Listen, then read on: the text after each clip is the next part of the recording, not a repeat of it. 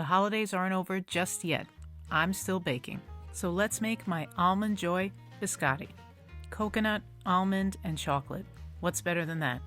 Okay, let's get started. Into the bowl of a stand mixer, I have butter and sugar. I'm going to cream those two things together and then add a neutral oil of your choice. Now it's time to add in your eggs, one at a time, making sure each one is well incorporated before you add the next. This is a big batch of cookies. It makes about 30 biscotti. Once you have all of your eggs incorporated, it's time to add in the extracts, almond and coconut. This is going to enhance the flavor of both ingredients. Give that a quick mix and now sift your flour, baking powder, and then add salt.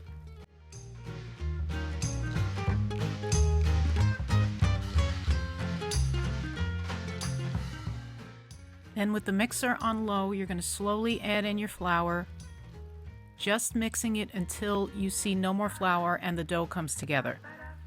Once you've done that, you're going to add in your next flavor bomb, toasted coconut.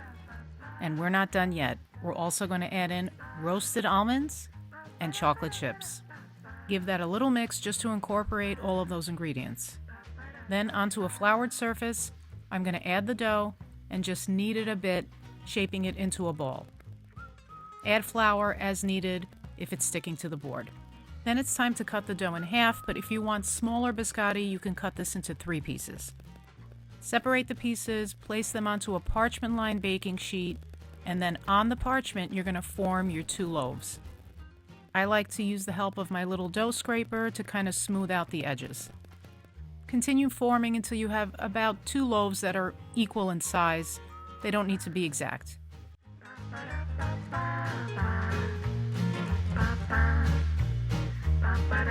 Now that I've got them all nice and even, they're going to go into an oven at 350 degrees for about 35 to 40 minutes. Now with a serrated knife, you're going to cut your biscotti however thick you'd like to have them. The size is completely up to you. Once you've cut all your biscotti, put them back on the same baking sheet, cut side down, and now they're going to go back into the oven at 300 to toast for about 30 minutes. But wait, there's more. We're going to melt some chocolate. Into a bowl I have semi-sweet chocolate with a teaspoon of coconut oil. That's going to go into the microwave until it melts. I also have some toasted coconut.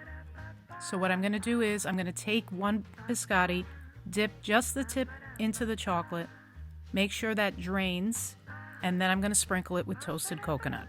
Now, is this step necessary? Probably not, but it's so delicious, why not? What's great about these cookies, or biscotti in general, is that when you put them in the oven for the second time, you're removing all the moisture, which gives them a great shelf life.